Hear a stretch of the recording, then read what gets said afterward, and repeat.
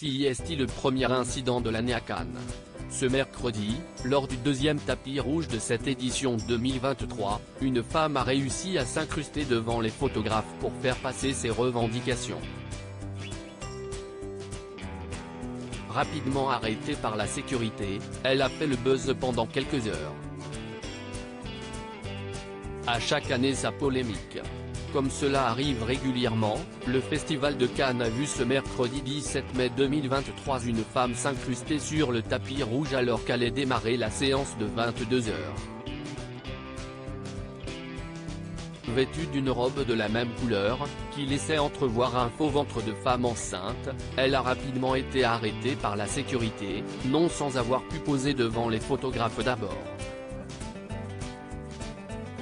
Son action a finalement été revendiquée par l'association féministe Radical Scum et avait pour but, selon le post Instagram publié ensuite, de combattre la GPA, gestation pour autrui, qui, selon elle, ne serait qu'un moyen de plus de soumettre et d'exploiter les femmes.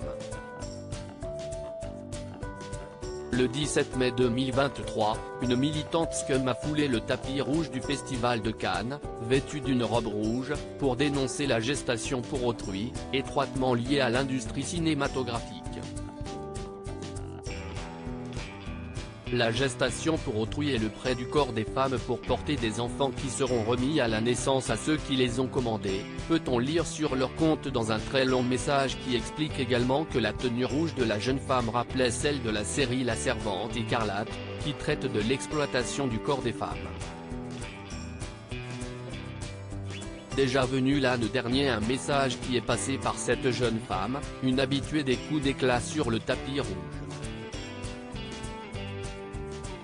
L'année dernière en effet, alors que la guerre en Ukraine venait de démarrer, elle était arrivée sur le tapis à moitié nue, le corps peint d'un drapeau ukrainien et où l'on pouvait lire en anglais « Arrêtez de nous violer ».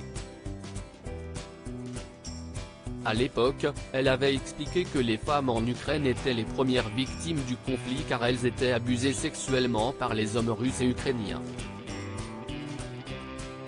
Cette année arrêtée plus rapidement, la jeune femme n'a pas mis en danger les célébrités qui montaient les marches pour cette projection du film Le Retour à 22 heures.